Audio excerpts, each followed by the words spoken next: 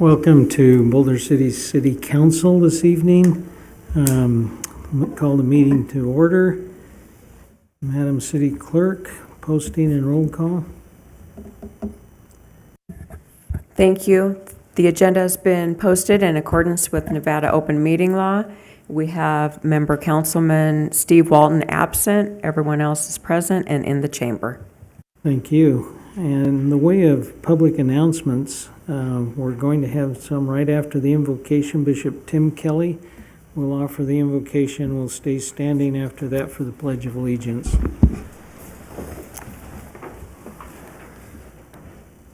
Our dear Father in heaven, we are so grateful to be here together. We ask that thy blessing will be upon these proceedings. Help us to uplift those who are in our care. Help us to work together and to feel thy spirit and be guided by it. We are grateful, Father, for this opportunity for the city of Boulder City and for all of its residents. We love thee, and we say this in the name of Jesus Christ. Amen. Amen. Thank you, Bishop. I pledge Allegiance to the flag of the United States of America and to the republic for which it stands, one nation, under God, indivisible, with liberty and justice for all.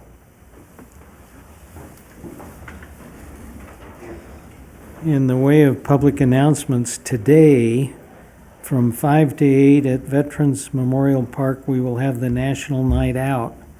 And hence we have put on our t-shirts appropriately to wear them. Some of us may like the back better than the front, so we may have reversed it. One of us. One of us. We won't name which one, right? Okay. So speaking of public comment, then, anyone who would like to come forward and make public comment at this time, you're welcome to do so. Anybody online, 702-589-9629. And we don't have anyone yet online, do we? Not yet. Okay. Go ahead, sir. Good evening. I'd like to speak on item number 5 on the regular business agenda. It's in regards to the airport and the airport fees. I'd like to just thank the council for helping push the airport what I believe to be in a better direction than what's been pushed in a long time, and it's been a long time coming. Having the city get out of the fueling business and competing with those that it's supposed to manage and look out for is definitely a step in the right direction. There is a lot of concerns with the contract. My major concern with the contract is the city is going to get out of the fueling business and they're going to get out into the extortion business, which is extorting way too much money from the operators at the airport when it comes to buying a gallon of gas. Mayor, the contract's not agendized. So the number 5. We're talking about fees at the airport. There are fees related to special events. Okay, in these special events, we sell fuel. But these are fees related to special events only. Okay, fuel sold at special events. So my concern is that all the other airports don't charge what the city of Boulder City is trying to charge. It's upwards of 34 cents a gallon. Most other airports in the U.S. charge between 6 and 8 cents. This city is wanting to charge 34 cents per gallon. That is the 10 cents that I collect and pay you guys as an FBO provider. It's also an additional 24 cents that the fuel provider to the airport will pay you guys, which totals 34 cents total. My main goal at the airport is to have fuel that's not so expensive that people don't want to buy it. Everybody down at the airport, including the city, has a interest in doing what they need to do. And a lot of that is collecting fees and paying for the people that provide those services. I can't imagine that if you were to collect, was it 800,000 gallons of gas a year that we sell down there, 34 cents a gallon over 10 years is what, $3 million or something. Where does the money go? You know, if I'm going to read this four-way test, we don't have airport advisory meetings anymore. I met with the city manager. We have ad hoc committee, but I don't know who's on the committee or when they meet or, you know, how it even works. We can meet for planning commissions. We can meet about buildings that are old in the city, same age as I am, historic buildings. But we can't meet as an airport community and provide, you know, a safer community for the airport people where we can meet and talk about these fees. This just comes up here, we get 3 minutes to say what we say, and then hopefully, you know, it gets through to people. It just seems to me there's a lot better way to, will it benefit all concerned? You know, 34 cents does not benefit me or the people at the airport. How do we discuss that? Who do we discuss it with? When do we discuss it? Who on this ad hoc committee has any knowledge of the fuel farm or how the airport works? Who on the committee that the city provided that was on this board that they picked? You know, where is it that we have, you know, the goodwill? It should be an open thing to aviators. It's a safety thing. I mean, we can discuss planning stuff. I'm sure there's safety concerns with that, but at the airport, there's a ton of safety things. We have no place, no public forum to talk about any of that stuff. So please allow us to discuss fees as an airport community before it comes here and we have to just decide what we're going to do. Thank you. Thank you, sir. There's somebody on the phone. Okay. Go ahead. Good evening, Council. For the record, Fred Volz. Concerning item number 2 on the consent agenda, Boulder City adopting an omnibus 91-page regional document needs to be called out for the lack of process, public deliberations, transparency, and Boulder City-specific water conservation efforts fulfilling its obligations. You can rectify this problem by placing the SNWA document on the regular agenda of a future City Council meeting once the city has assembled and documented what it will do about its own excessive water use to comport with the SNWA's 5-year plan and consider both documents simultaneously.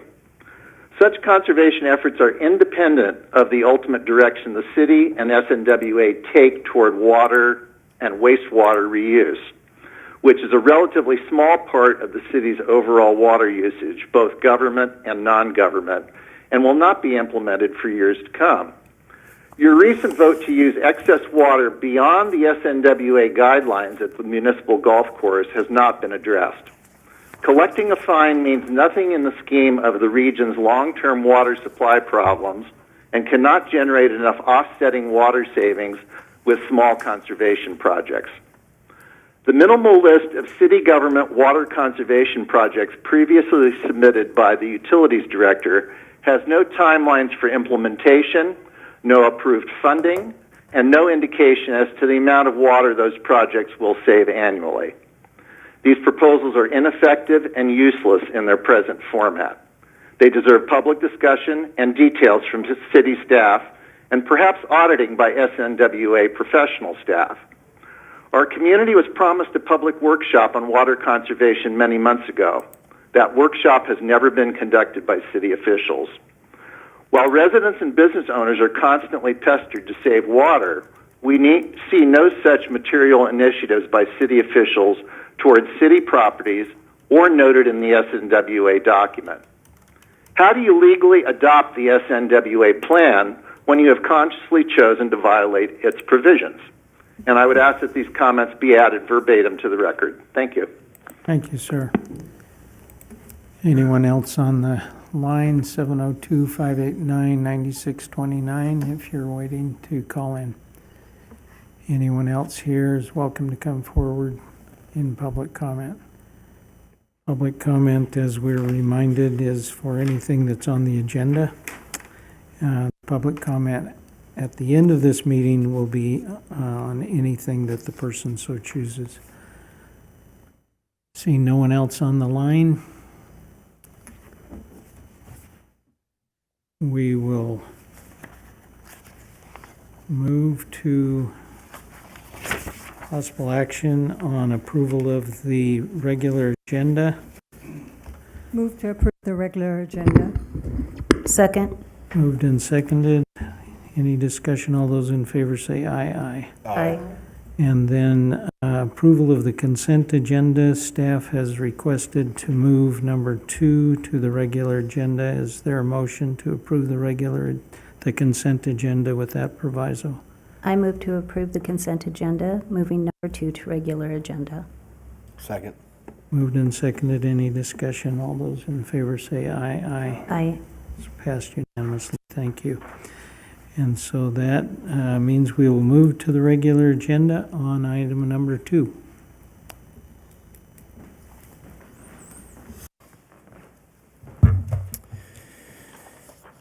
Good evening, Joe Stubitz, your Utilities Director. Good evening, Mayor and City Council members. This item seeks to accept the Southern Nevada Water Authority Joint Water Conservation Plan for 2024 through 2029.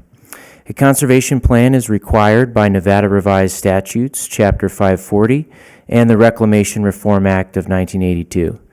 This plan was prepared with staff input from each local water and wastewater agency. The plan includes detailed information on the following: a drought contingency plan, water management measures, standards for efficiency and new development, conservation water rates, conservation measures, plans to achieve water loss reduction goals, public education initiatives, a schedule for carrying out the plan, water conservation savings estimates, and measures for evaluating plan effectiveness.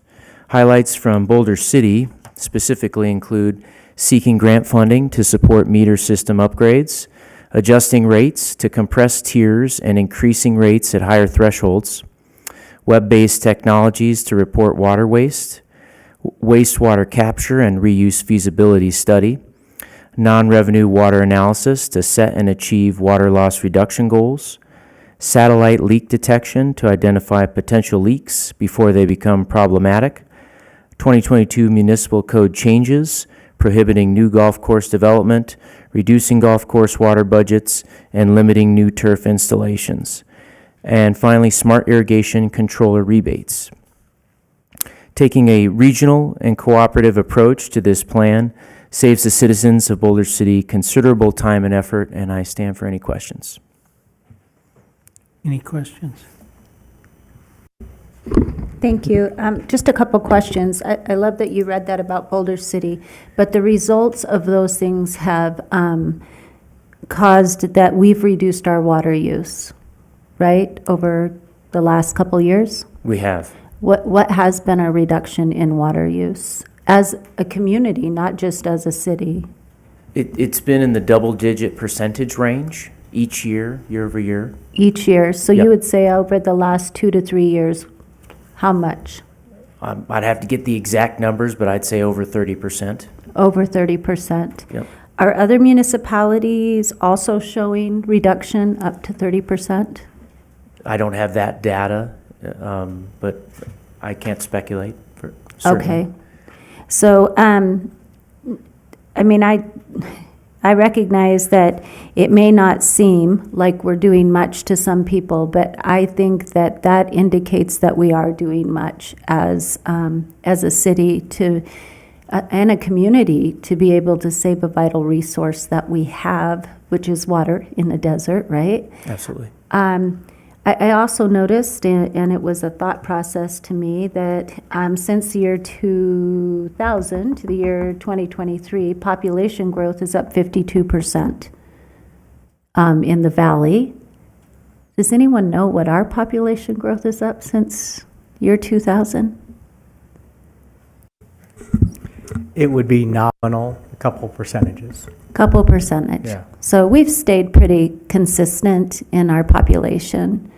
We've reduced our water by 30%, or near. I will not hold you to that number as to not put you. So I feel like we're doing really well with the resource that we've been given. And this obviously is a plan where we're a purveyor member on it, and so that is why we are asked to approve it, is so that they can put this out. We have gone and done a lot of measures, I believe, right? We've changed, when you build, can you have turf in the front yard? You cannot. You cannot. We passed that, right? Correct. How big is your swimming pool? Limited to 600 square feet. Kind of an oversized bathtub. That's awesome. Which is great, right? So we've done what they've asked us, and so in so doing, I look at these things, and as long as it does not hold us to higher stipulations without our consent, or different stipulations without our consent, I really don't think it's a problem saying that this is a publication that needs to be passed to go to, is it the legislative body? It's both a state and federal requirement. Right. So this is simply sending that forward. Correct. Thank you. Thank you. Thank you.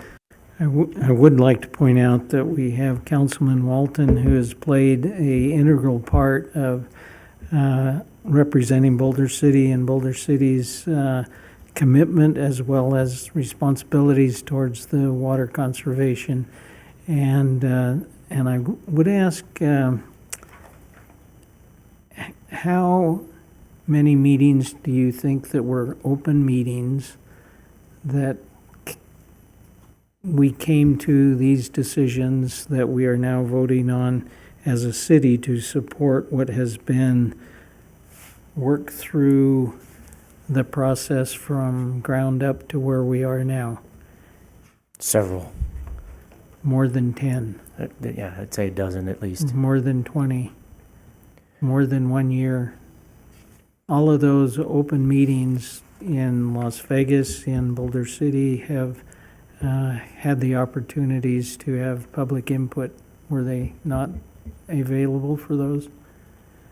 No, they were, yes. So this is not something that has just quote-unquote happened as much as with a lot of thought.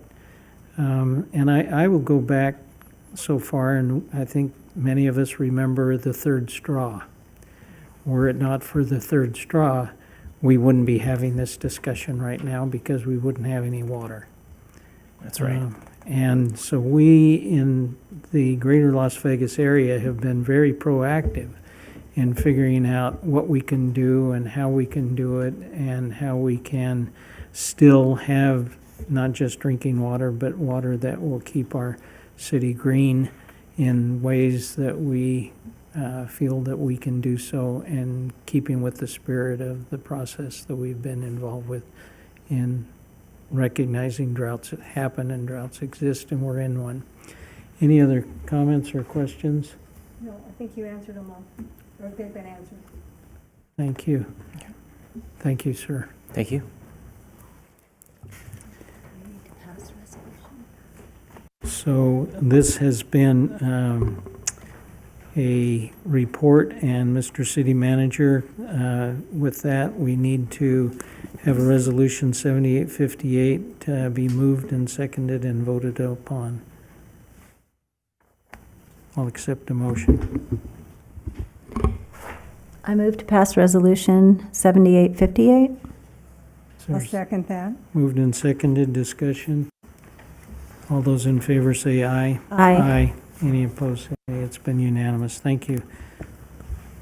Thank you. We will now move to number 5. Good evening, Mayor and council members. Item number 5 is for possible action. It's a business impact statement to address proposed fees at the Boulder City Airport, prepared and pursuant to NRS Chapter 237. City staff is proposing to update current fees and establish new fees at the municipal airport. The city is required to prepare a business impact statement pursuant to NRS Chapter 237. The city published a notice of the proposed fee schedule in the Las Vegas Review-Journal in August on the 30th, 2024. A mailing was also done to the airport businesses and businesses that use the airport within the past year by mail and email. City staff also met with the airport working group and reviewed the proposed fees with that group as well. So tonight, we are asking that you approve the business impact statement regarding the proposed fees for the airport. If you have any comments or questions?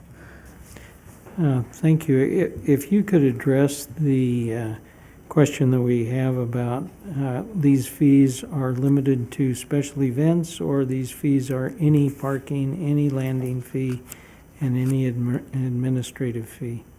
So the proposed fees and the changes are to the daily tie-downs for transient customers visiting the airport. There's modification to those fees and we're proposing landing fees for aircraft over 4,000 pounds and special event fees during special events, for example, Formula One or Super Bowl.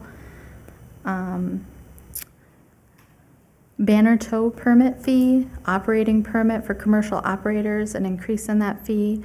We're proposing a lease transfer fee to be removed and be replaced with a hangar tenant transfer fee for leasehold interest transfers for ownership or tenancy. Also proposing fees so that we can collect if we ever had to assist in removal of an aircraft, as well as for fixture damage, cleanup on the airport, fees for filming at the airport, and aircraft that have been left at the airport for in excess of 90 days or are not registered with the FAA. So my obvious question is, can I take my car down and fill up my car for 34 cents a gallon? No, the fuel is for If it has aviation use. wings? I'm being somewhat facetious, obviously, so can you talk about the 34 cents a gallon that we heard about that is over and above? That is not a fee that's in this. The fuel fees are a part of something that's not on the agenda tonight. So we don't have to address that. No, the fuel fees are not on the agenda. These are tie down, special event, and transient ramp, correct? And Mayor Hardy, too, just to clarify, tonight is not a deliberation on these fees. This is the city council accepting the business impact statement. We'll be coming back before you at the next meeting with these fees for consideration. Okay, so we've accepted the report. Yep. Go ahead. Wait. I do have some questions. I just see that the derelict aircraft, and I don't disagree with the fact that it would be nice to clean up a little bit, right? Airplanes that have been there for a very long time, aren't registered, aren't all those things. $500 per day, and I recognize that probably really inspires them to want to move them or get them off property. It just seems relatively high, when you compound it day after day. So my question is, here we're changing our rates and we're doing all these things.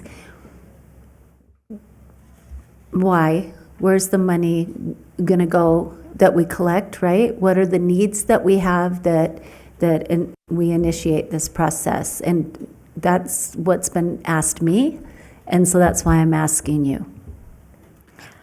Sure. The fees will go towards maintaining the airport and keeping it operational and meeting our requirements that we're to meet for the FAA.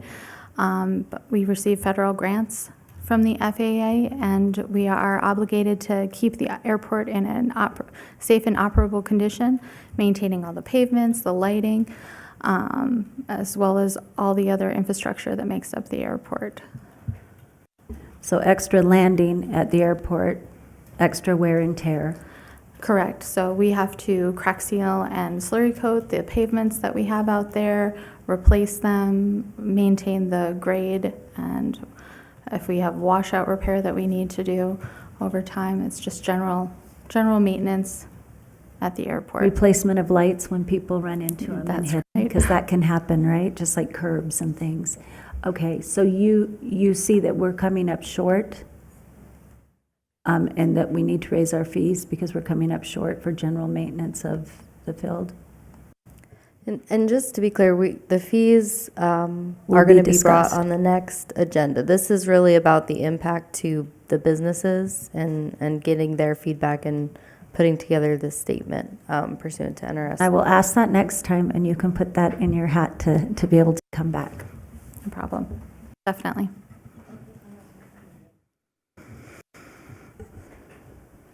Are we allowed to tell who's on the airport working group?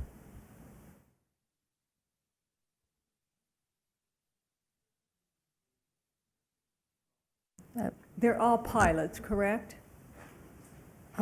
That are on the airport working group, they're all pilots that fly out of the airport? Yes. Okay. Or well, most of them are, yes. Okay, so do we have some on the group that are not pilots? What would they be? Business operators at the airport. That run a business out there. So everybody has a vested interest that has given you input on here. Yes. And also, the fees do not apply to the people that have hangars there. Is that correct? So a majority of these fees that we're proposing for landing fees and special event fees, the base tenants are exempt. Right. So when we have a special function and we have to have more people coming in and more action going on, these fees will take care of those kinds of things. The base tenants will be exempt from those fees during those times. Okay, that's all I wanted to bring up, that our input is really coming from people that do fly and have an interest in the airport. So, thank you. I apologize for going down a different rabbit hole. The business impact statement went to the people who, all of the notifications, as it were, went to the people who have a business at the airport as opposed to anybody else. So this, the notification was sent to all tenants on the airport, whether they ran a business or not. We wanted them to be aware of what the new fees were being proposed and changes that were being made to the schedule so that they were aware of it. And we sent this notice to all of the base tenants as well as any business that has used the airport within the past year. So these fees were, came from the staff. These proposed fees came from the staff, went out to anybody who had anything to do with the airport as far as the business is concerned, so that they could have impact or input on that in the next meeting that we have about this when it becomes an open discussion. Question mark. Correct. We put the notice out so that they could respond back to be included, their comments, and the business impact statement. Okay. And so all I need to do is need to have a vote to approve the business impact statement. Correct. I'll accept such a motion. I move to approve the business impact statement. I'll second. Moved and seconded, discussion. All those in favor say aye. Aye. Thank you for your patience. Appreciate it. That brings us to number 6. Hello again. Joe Stubitz, your Utilities Director. Item 6 seeks to clarify the language regarding the modification of the energy charge rates so that the energy charge would only be adjusted if costs increase, and establish fees for city-owned electric vehicle charging stations. 2 proposed changes are in the new draft resolution. The first proposed change is an adjustment of the energy charge language. The proposed change from adjusted to increased will allow the city to maintain the existing energy charge if wholesale prices decrease, but increase the energy charge if wholesale prices increase. The second proposed change establishes electric vehicle charging fees for city-owned charging stations. The fees include a fixed 57-cent daily connection fee derived from the prorated monthly customer charge of $17. The energy charge will be set at just over 17 cents per kilowatt hour. The final charge is an overstay fee of 25 cents per 15 minutes or $1 per hour for connections longer than 2 hours, as most transactions will be completed within this time frame. These fees ensure the city can recoup its costs for providing public EV charging infrastructure, which amounted to $6,500 for fiscal year 2024. The Utility Advisory Committee met on Wednesday, October 2nd, 2024, and unanimously approved both recommendations from staff. A public hearing is required for this item, and staff stands for any questions. Thank you. Any questions before we open the public hearing? We will open the public hearing. Anyone who wants to come forward, welcome to do so. Anybody on the phone line, 702-589-9629. That's 589-9629 with a 702 in front of it.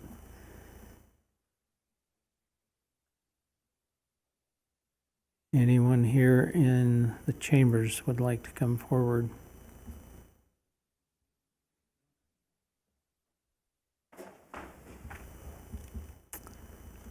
Go ahead, sir. If you could state your name and... My name's George Ree. I don't know if you have a timer here or somewhere. I guess I can see the time over there. But I'm a little bit concerned about the idea of increasing the cost of something when the wholesale cost of electricity goes up, but not decreasing it when it goes down. There are humongous fluctuations in the cost of electricity. And so, I mean, the cost of natural gas went up by a factor 20 because of the Ukraine war, when Russia shut down the pipeline to Europe and everyone panicked, and then it came back down.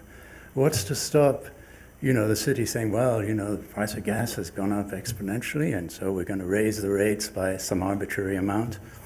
And actually, you can even imagine the price of electricity going up to infinity, because the contract that you signed with Glen Canyon says that we have to pay Glen Canyon a certain amount in return for electricity, whether or not they deliver the electricity. So if they don't deliver any electricity, the cost per kilowatt hour goes to infinity. And so then you can say, well, we'll raise the costs to whatever we like, but we're not going to lower them again after, say, if the water started flowing. And the intakes of Glen Canyon, you were 30 feet away from having to use the auxiliary intakes about a year ago, 3525 to 3490. And so this isn't an arbitrary sort of comment about some future. We're in the era of climate change. Things are changing rapidly. And it doesn't make sense to me to say we're going to raise the rates when the costs increase, but not decrease them when they decrease. And of course, the vulnerability, I think, is to the, by definition, vulnerable members of our population. The people maybe who are trying to go to college, trying to afford a car, suddenly the rates skyrocket and then go back down. So it seems very unreasonable. I don't understand why they changed this language from adjust to increase. Adjust seemed very reasonable. We adjust the rates as a consequence of the wholesale cost of electricity. But that was deemed unacceptable. Secondly, my understanding is the utility funds are not individually enterprise funds. Now, this council, is well-liked and I think approved of. But what's to stop some future council saying, well, we'll just arbitrarily raise the rates conveniently on some fluctuation of electricity costs, and then use that money to subsidize another part of the utilities which isn't making money. So it really opens up, to my mind, a can of worms. And I've spoken for 2 minutes out of 3, so out of respect for you, and so there we are. That's what I had to say, and that's my opinion. Thank you. Thank you. Appreciate it. I appreciated the compliment, too, by the way. Anyone else like to come forward? And we're on the phone line, 702-589-9629.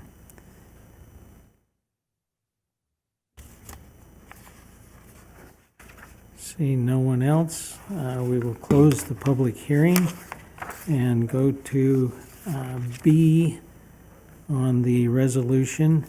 And on that resolution, perhaps we could have staff come forward and address whatever staff would like to address. That was a hint. Sure. Well, I stand for any questions that you might have regarding the proposed changes. What about decreases? So the idea with holding the energy charge, we're in a period of increased capital improvement. We're looking to transition our system voltage from 4 kV to 12 kV. With that comes a couple of substation rebuild projects that are significant capital investments. So the current rate study window that we're in is through fiscal year 26. So that would be, when we would look to do another rate study and bring a resolution similar like this back to the body. So that's what we're looking to do and why we're looking to hold the energy charge at the current rate instead of kind of shooting ourselves in the foot when we have upcoming capital improvement projects. Okay. Any other questions? Go ahead. So a couple questions, thoughts on that. So currently, what you're saying is, and I'm just going to ask, we have an independent enterprise fund for utilities, right? And that's Yep. all utilities? That's my understanding. The utility fund is one enterprise fund. Does the monies collected for electricity, does it get used by other utilities? No, in fact, in the last rate study, the electric fund and the electric utility is supported by the other utilities. Okay. Will, though, if we collect money in the electric and we have an excess balance, go to support the others just as you're being supported currently? That's my understanding of how that works. But right now, the water fund and the wastewater fund are propping up the electric fund due to the cost.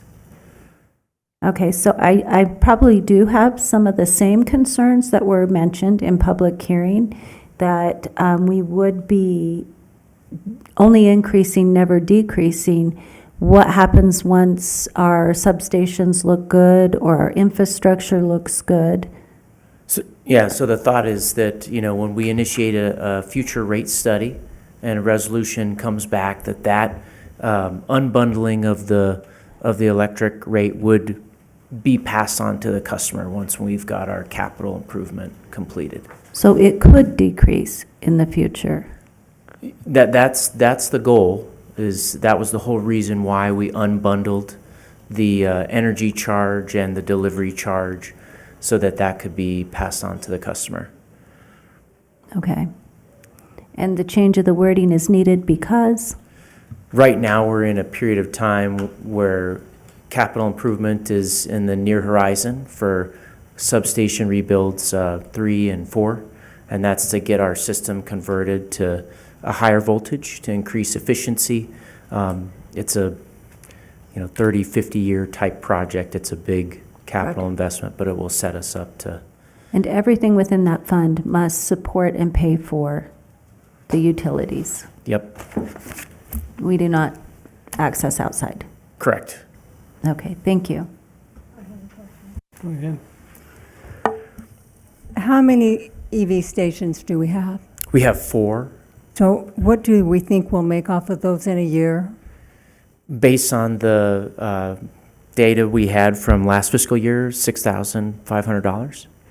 So that's not going to put too much of a dent in anything, really. No, what we're looking to do is just to break even with the charges, and if you look and compare it to other entities, it's very reasonable compared to what other places would charge for kilowatt hour usage for EVs. Do we plan on the future to add more of these EV stations? We're not looking to add more city-owned EVs, but it is something that we could explore. I know some private entities have expressed interest to put charging stations in also. Okay, so right now we just have 4, and this is what we're really talking about, are these 4. For public, yes. For We public ones, we did put yes. in some charging stations recently for city vehicles. Thank you. Yep. Now I see we have our finance director who looks like she wants to Correct me? verify. Verify. Yeah. All right.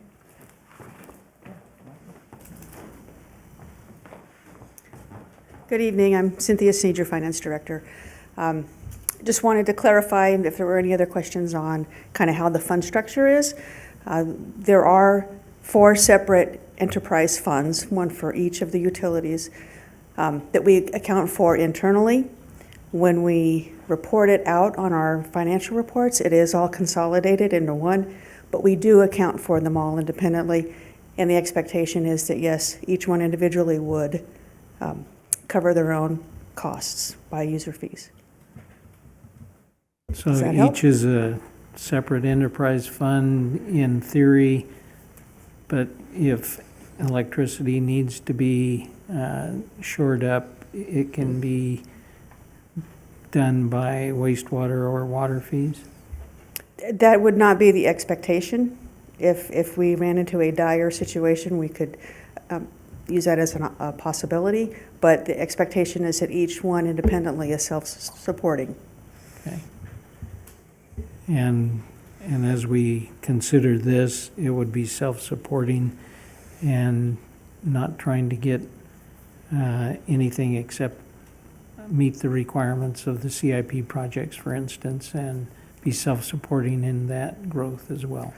So there's the 2 items. For the item that is for the utility rates, yes, what you said is absolutely correct. For the charging stations, that is going to be accounted for outside of the enterprise, because those bills are paid for by the general fund and not the utility. Does that make sense? We pay ourselves for the electricity that we use that runs out to those charging stations. So the expectation is then that those funds would go back into the general fund from any proceeds from the charging stations. Questions? I just have one question. Just for clarification, Joe just said, and I may have this all confused here, is that the other pots are covering the utility, So, the electric. Is that correct? Did I get that right? so nothing is subsidizing the electric fund. Internally, we have like sub-funds, so we account for each one of those utilities in isolation, though, Right. Electric, water, wastewater, and landfill.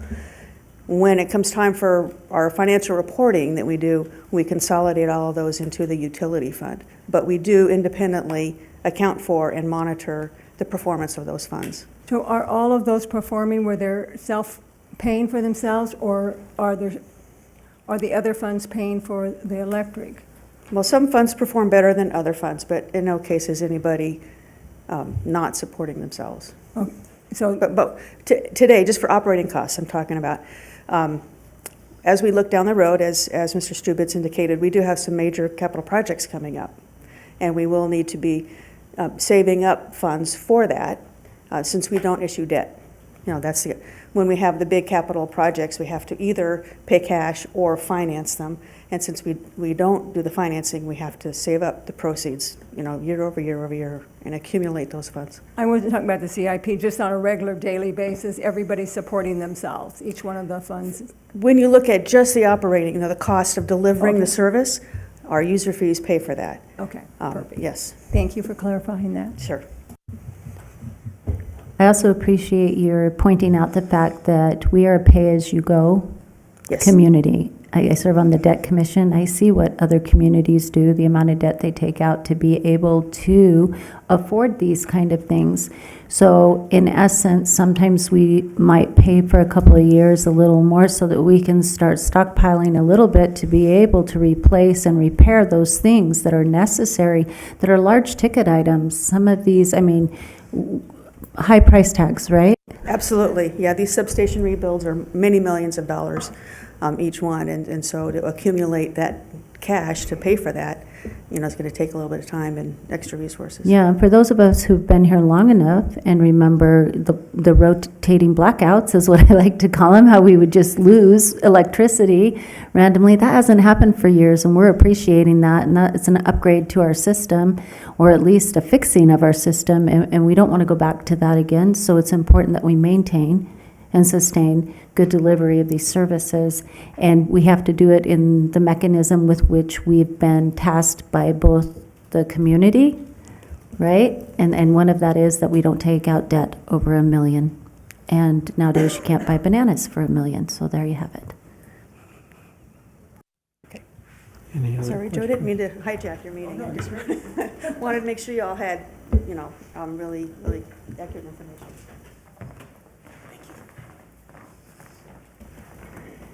Okay, any other questions? Any other questions? No other questions.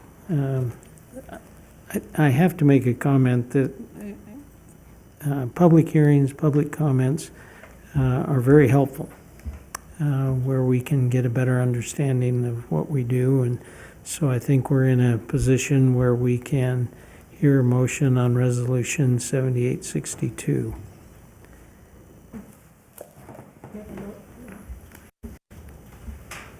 I'll make a motion to approve Resolution 7862, repealing and replacing Resolution 7666. Is there a second? Second. Moved and seconded, discussion. Seeing none, all those in favor say aye. Aye. Any opposed say nay. It has passed unanimously. Thank you very much. Which brings us to our second public comment. Anyone who wants to say anything can take up to 3 minutes to speak, and you can call in at 702-589-9629. And anyone here can come forward and say what they would like as well.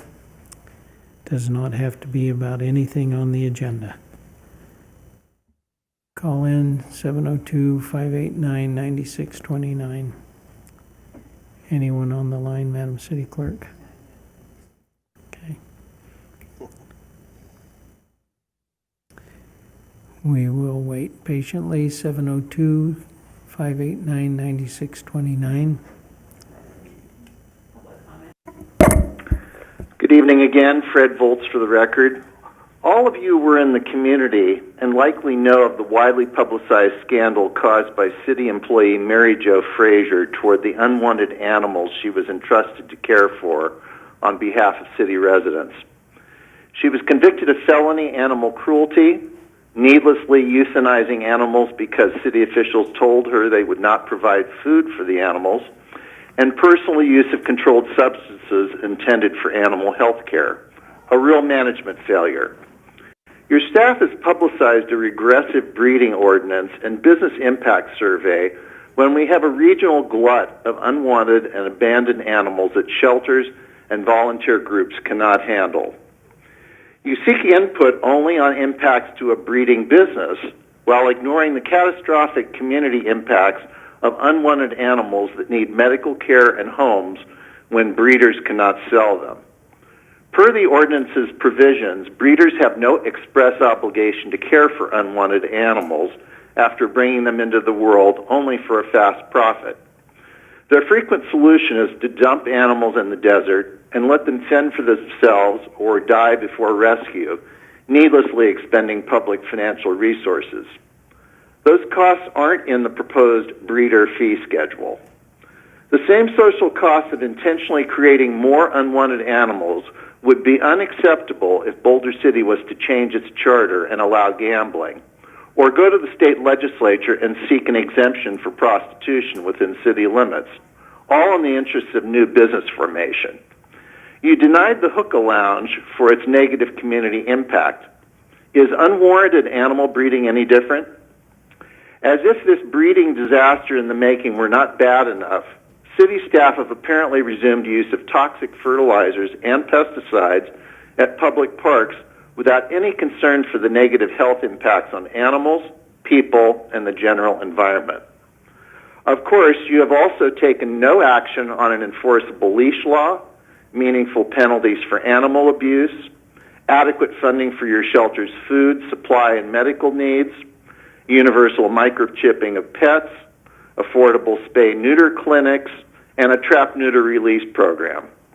Perhaps fewer proclamations and promotional infomercials for city parties and festivals would provide the necessary meeting time to agendize and solve these problems rather than ignore them and go further backwards. and I would ask that my comments be added to the record verbatim. Thank you. Thank you, sir. Any other comments here or on line 702-589-9629? No one else on the phone? I was expecting somebody to call.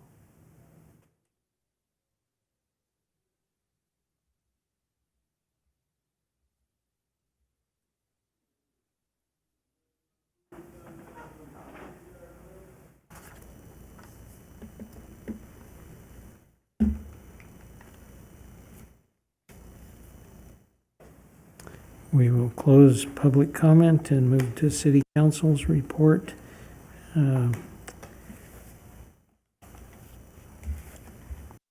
Nothing to report except come join us at National Night Out that started 50 minutes ago. Thank you. We had several of our firemen go off to help the people that have been devastated by the hurricane. And I just want to say how it makes me feel really honored and that I live in a community where we allow our firemen to go do something like this and to help others on the other side of our country. And I just think that's a wonderful thing. I also, I love animals. So one of a little dog that got dumped that was pregnant, she's about 35 pounds. She had 10 puppies. And so I'm encouraging everybody to do a fantasy adoption. I did today myself, where you go down and adopt a dog and you don't take it home. Because each little puppy, it'll cost around $500 to give it a spay and neuter and give it all of its shots and the treatments that it has to have. So each one of those puppies is going to cost about $500. So anybody that's got a little extra money or a couple dollars could go down and help adopt one of these little puppies in a fantasy adoption, unless you want to take one home later on. So that would really help, I think. So I'm looking forward. I was hoping I could get to pick them out and name them, but I didn't get to do that. And of course, I hope everybody gets over to the game tonight. One side of me is voting for the fire department, the other side for the fire department. So it's really hard to be out there and decide which one you're going to cheer on. Cheer on the police. There's no fire department here. That's all I have, Mayor. Thank you. Nothing to report except for look forward to seeing everyone at National Night Out. Yeah, thank you. Appreciate everybody's participation tonight. With that, we will close the meeting. Meeting is now adjourned. Thank you.